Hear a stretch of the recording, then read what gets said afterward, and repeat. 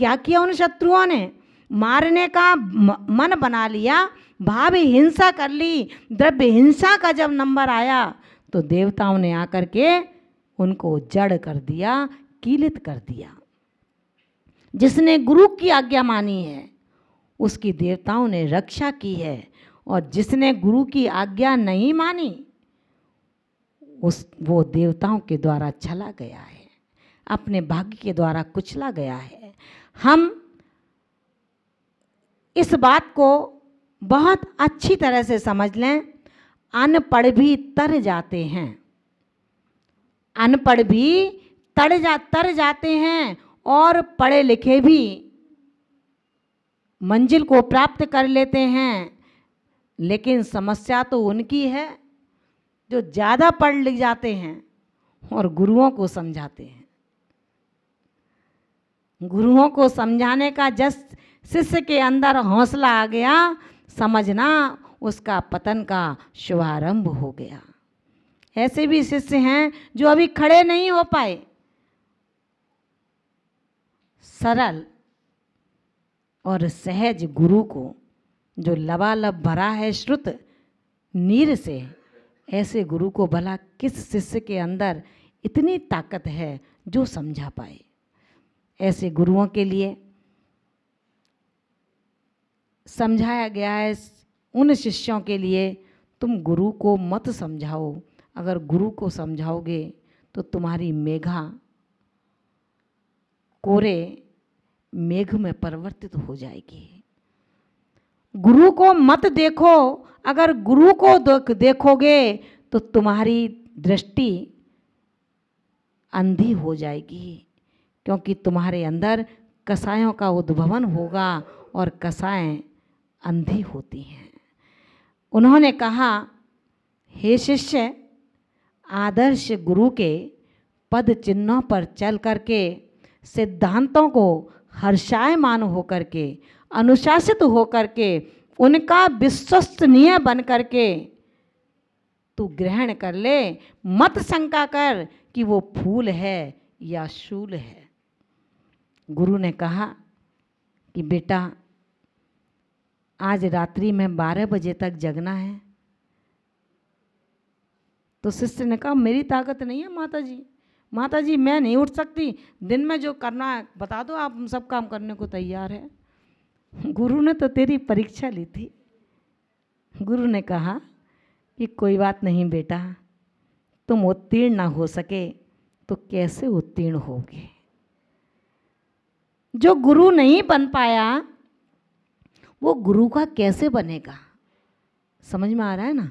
जो गुरु नहीं बन पाया वो गुरु का कैसे बनेगा? पहले गुरु बनो। कहो आप कि माता जी उल्टी शिक्षा, उल्टी धारा, पहले गुरु बने फिर गुरु के बनेंगे। समझ में नहीं आया? अरे नादान शिष्यों, समझो, पहले गुरु बनो, इतने भारी बनो कि तुम गुरु के बन जाओ। इतने भारी बनो विनय में, इतने भारी बनो कि किसी ने कुछ कान में कहा और तुम भड़क गए, किसी ने कुछ कहा तुम चहक गए, किसी ने प्रशंसा की तुम नाचने लगे, किसी ने निंदा कर दी तुम भड़ास निकालने लगे। भारी बनो यानी कि गुरु बनो। गुरु माने भारी। पहले गुरु बनो फिर गुरु के बन जाओगे। पहले शुरू करो फिर तुम पूर्ण हो जाओगे। और तुम चाहो कि पहले घड़ा भर जाए, बनेगा बाद में घड़ा? बन सकता है भैया? विदुषी माँ, बन जाएगा क्या? जो चाक पर भी नहीं चढ़ पाया वो मिट्टी का मानिंद, वो भला घड़े का क्या रूप लेगा? उसको तू पहले भरना चाहता है? उस गुरु से जबरन कह करके कि मेरा घड़ा भर दो। अरे घड़ा बना तो सही, तेरा आत्म घट अभी मिट्टी है, इसको चाक पर चढ़ा। कौन से चाक पर? श्रद्धा के चाक पर चढ़ा। गुरु रूपी कुम्हार उसको घड़े का आकार देगा, उसके बाद उसमें शुद्ध का नीर लबालब भर देगा। जिस दिन गुरु रूपी कुम्हार उस घड़े को हाथों से मार करके देखेगा कहीं घड़ा चटका तो नहीं है, ऐसा ना हो जब मेरा ये घड़ा रूप शिष्य श्रुति के उस धरती पर उतरेगा, श्रुति के आंगन में उतरेगा, श्रुति के आकाश में कल्लोलें भरेगा, उस समय ऐसा ना हो मेरा घड़ा रूपी शिष्य अगर चटका होगा, टूटा होगा तो नीर व्यर्थ चला जाएगा। कौन सा? वो शुद्ध का नीर जो गुरु के द्वारा उसमें भरा हुआ होगा। इसलिए वो अंदर हाथ रख करके ऊपर थापे मारता है, वो डांटता नहीं है, वो तुम्हें नीचा नहीं दिखाता, वो तुम्हें ऊंचाइयां देना चाहता है, वो तुम्हें बड़ा बनाना चाहता है। मुझसे भी तुम अच्छे बनो। गौ और बच्चे की प्रीति होती है गुरु और शिष्य में। गुरु शिष्य से कोई अपेक्षा नहीं रखता, लेकिन शिष्य गुरु से अपेक्षा रखता है। गुरु शिष्य से अपेक्षा रखे ये चलेगा, लेकिन वो शिष्य बहुत अच्छा है जो गुरु की कभी अपेक्षा की उपेक्षा ना करे। अपनी इच्छाओं की अपेक्षा की उपेक्षा करो। किसी मित्र से जो अपेक्षाएं ले रखी हैं उसकी उपेक्षा करो, लेकिन तुम अपने पद में गुरु की उपेक्षा मत करना। अगर गुरु की उपेक्षा करते हैं तो अनुशासित विश्वसनीय शिष्य वो ही है जो गुरु कह दे वो स्वीकार है। गुरु ने कहा, बेटा ये प्याले में जल रखा है, आज बिकशमती जी आपको पीना है। हाँ, बिकशमती ने कहा, माता जी सिर दर्द सही हो जाएगा क्या इससे? उन्होंने कहा, इतना ही श्रद्धा नहीं है, तुमने प्रश्न कर लिया। प्रश्न नहीं करना चाहिए, जब गुरु कहे सो कर देना चाहिए। ग्रीष्म काल की उग्र तपन में मध्याह्नकालीन सूर्य जब युवा की दहलीज को पार कर रहा होता है, लोग त्राही त्राही मचाते हैं, बिना शीतलता के ठहर नहीं पाते, शीतल किरणों की खोज करते हैं। ऐसे में गुरु ने कहा कि जाओ देखो तो सही चंद्रमा पूरा है या अधूरा है। तो शिष्य कहता है, गुरुदेव चंद्रमा अपनी पूर्ण चांदनी को लेकर के बिखर रहा है। गुरु समझ लेते हैं अब शिष्य के अंदर परिपक्वता की पूर्णता हो चुकी है। साधु कभी बनना हो तो इतना हौसला अपने अंदर आ जाए कि गुरु दिन में चंद्रमा की बात कहें और रात्रि में सूर्य की बात कहें। उस कबीरदास की पत्नी की तरह जब एक श्रावक उनसे पूछने गया कि क्या करना चाहिए, संत जीवन स्वीकार कर लेना चाहिए या गृहस्थ धर्म में आगे बढ़ जाना चाहिए, तो उन्होंने कहा कि ठीक है बताता हूँ। उसने अपनी पत्नी को आवाज़ लगाई कि अरे भाई एक लालटेन जलाकर के ले आओ और मेरे पास लाकर के रख दो। पत्नी गई और लालटेन लाकर के रख दी। उसके बाद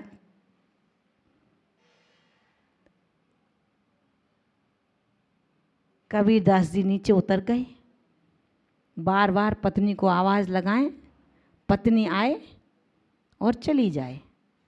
जब शिष्य को आवाज़ लगाई, एक बार आया चला गया, दूसरी बार आया चला गया, तीसरी बार झुंझलाहट आ जाती है कि कुछ कहना धरना है नहीं, बस बार बार बुला लेते हो और कहते हो भूल गया।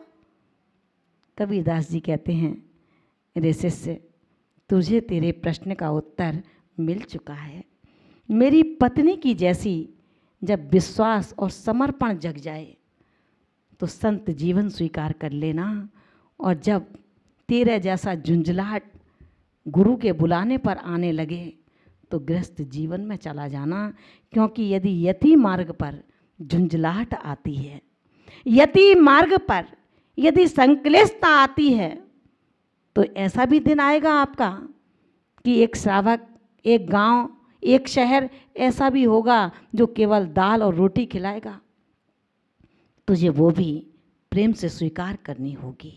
और एक समय ऐसा आएगा तू चक्रवर्ती के भवन में आहार कर रहा होगा, तो उसको भी पचाने की शक्ति तुझे रखनी होगी। उसमें फूलना मत, और जहाँ कुछ नहीं मिला उसमें संक्लिष्ट मत होना। जिस दिन ये साम्यता तेरे जीवन में आ जाए, बस सौम्य जीवन, साम्य जीवन सज्जन का जीवन होता है, साधु का जीवन होता है। उस साधु के जीवन को मुझे साधुता की परंपरा में पालन करना है। जो गुरु ने परंपरा दी है, जो आचार्यों ने हमें परंपरा दी है, वो चाहे आचार्य दक्षिण वालों की परंपरा हो, चाहे आचार्य छाणी वालों की परंपरा हो, चाहे आचार्य अंकलीकर परंपरा हो, अपने को तीनों परंपराएं मान्य होनी चाहिए। क्योंकि जिस घर का जो दस्तूर होता है, वो परिवार, वो परिजन उसी परंपरा का निर्वाह करते हैं।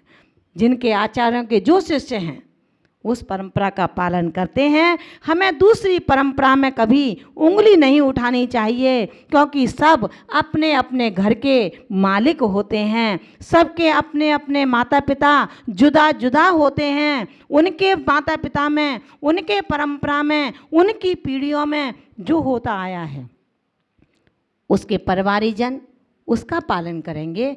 इसी तरह जो साधु परंपरा आज वर्तमान में इस श्रवण संस्कृति की 3 धाराएं चल रही हैं, उन तीनों धाराओं में जो अक्षुण्ण परंपरा निर्वाहक हैं, चाहे वो परंपरा निर्वाहक आचार्य वर्धमान सागर जी, जो दक्षिण परंपरा का निर्वाह बड़ी बेखूबी से कर रहे हैं, जिनके अंदर समता है, जिनके अंदर सरलता है, जिनके अंदर वात्सल्यता का गहन पुट देखने में आता है।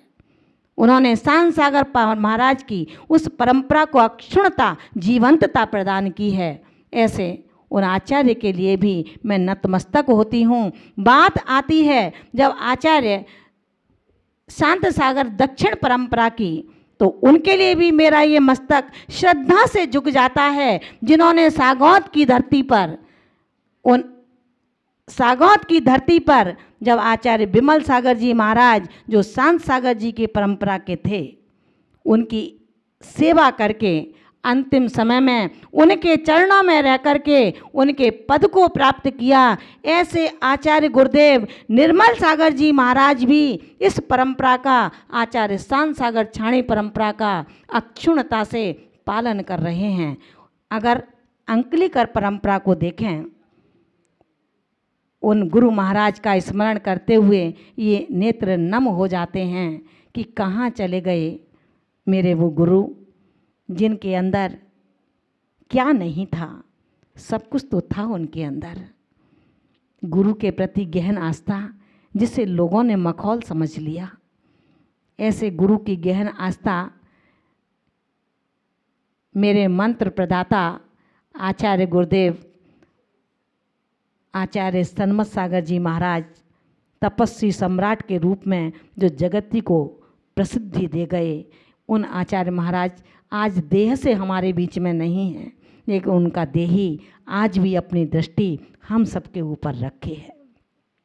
उस परंपरा का उन्होंने बहुत अच्छे से पालन किया और वर्तमान में आचार्य सुनील सागर जी महाराज उनकी परंपरा का निर्वाह कर रहे हैं।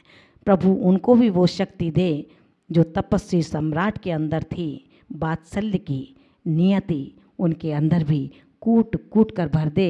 इन्हीं भावनाओं से हमें गुरु परंपरा का कैसे पालन करना है, कैसे आचार्य वर्धमान सागर जी कर रहे हैं, क्या अच्छा करते हैं, क्या बुरा करते हैं, ये हम लोगों का हेडक नहीं होना चाहिए। उनकी परंपरा का वो जाने, अपनी परंपरा का आप जानो। एक दूसरे को संभालने का कार्य अपना नहीं है। सबसे पहले हम संभलें तो दुनिया अपने आप संभल जाएगी। अगर हम संभालने का काम करने लगे तो काम चलेगा नहीं। अरे सुधारक जगत की चिंता मत कर बार, तेरा ही मन जगत है, पहले इसे सुधार। इसलिए हम अपने कर्तव्यों को समझें, अपने गुरु के भावों को समझें, गुरु की शिक्षाओं को समझें, गुरु के उपदेशों को समझें। शरीर की शक्तिहीन है, गुरु की आज्ञा नहीं है। गुरु की आज्ञा के विरुद्ध चलना, तपस्या करते हुए भी अपने आत्म परिणामों का विघात करना है, अपने आत्म परिणामों को छलना है, अपनी अनुशासन से विहीनता दिखाना है। अगर हम इन अहंकारों में डूब करके चलेंगे कि मैं बहुत अच्छा कर रहा हूँ, मेरे कारण मेरे पुण्य का काल है, लोग कुछ कह नहीं पाते, तो शायद ये दंभ है और कुछ नहीं है। एक गुरु की चुप्पी उसकी कायरता की पहचान नहीं है, उसके कमजोरी की पहचान नहीं है। ध्यान रखना हे शिष्य साधको, अगर गुरु चुप है, मौन है, तो समझना उसकी क्षमा, उत्तम क्षमा का द्वार उसने अपने लिए सदैव सदैव के लिए खोल दिया है। इसलिए दंसण पाहुड़ में आचार्य कुंद कुंद भगवंत ने कहा है, गुणहीन चाहे श्रमण हो और चाहे श्रावक हो। आप सबने पढ़ा होगा, स्वाध्याय चल रहा है संघ में इस समय। तो दंसण पाहुड़ में कहा है, लाइन आई थी कि गुणहीन चाहे श्रमण हो और चाहे श्रावक हो, दोनों ही जिन शासन में पूजा के योग्य नहीं हैं।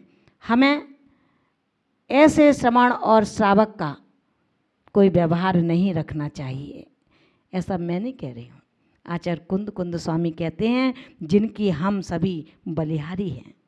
ऐसा उन्होंने कहा है, अपने कसायिक परिणामों से अनुभव लो, अपने कसायिक भावों से अनुभव लो कि मैं गुरु की आज्ञा से विहीन चल रहा हूँ। आपके परिणाम बता देंगे, किसी को बताने की ज़रूरत नहीं है। और ज़्यादा ही उद्दंड शिष्य हो गया तो सामने ही दिखता है, ना स्वाध्याय में आना होता है, ना क्लासेज अटेंड करना होता है, मनमानी क्रियाएं जिसकी चल रही हों, संग में रहता है। ये तो गुरु की सरलता है, जो कुछ कह नहीं पा रहा है, वो सरल गुरु है। उस गुरु की सरलता का हम दुरुपयोग ना करें। हे शिष्य, कहीं तेरे दुरुपयोग का काल तो नहीं आ गया, इसका अन्वेषण कर लेना। बस ये ही गुरु की उपासना है, भक्ति है और अनुशासन है।